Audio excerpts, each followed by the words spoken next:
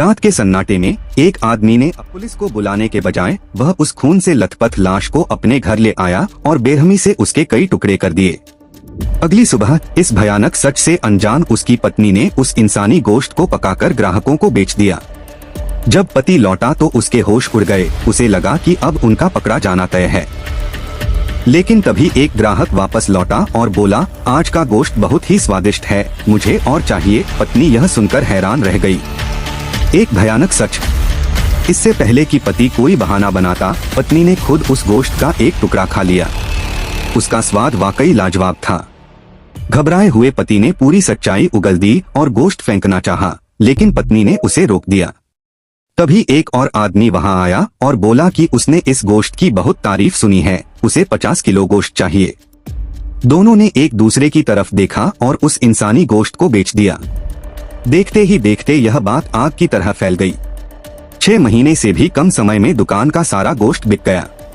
पत्नी बहुत खुश थी, क्योंकि उन्होंने सिर्फ पैसा ही नहीं कमाया था, बल्कि अपना बदला भी पूरा किया था।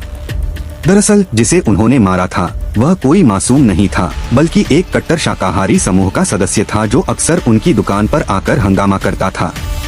उनके रोज रोज के हंगामे से तंग आकर एक दिन पति उनसे भिड़ गया, लेकिन उसे बुरी तरह पीटा गया। उसी रात रास्ते में उस आदमी को अकेला पाकर पति ने गुस्से में अपनी कार उस पर चढ़ा दी थी। इस घटना के बाद पति पत्नी ने एक रूह कंपा देने वाला फैसला किया, अब से वे इंसानी गोश्त ही बेचेंगे। वे एक बार में गए और नए शिकार ढूंढने लगे। अंत में उनकी नजर एक मोटे आदमी पर पड़ी। वे दोनों उस मोटे आदमी के पीछे गए और एक सुनसान जगह पर उस पर चाकू से हमला कर दिया। लेकिन यह उनकी पहली हत्या थी। पति डर गया और शिकार चीखता हुआ भाग निकला। अपनी नामर्दी छुपाने के लिए पति ने पेट दर्द का बहाना बनाया। पत्नी निराश हो गई। अगले दिन वे भेष बदलकर शाकाहारियों की एक रैली में गए ताकि उन पर गाड़ी चढ़ा सकें, लेकिन ऐन मौके पर पति फिर घबरा गया।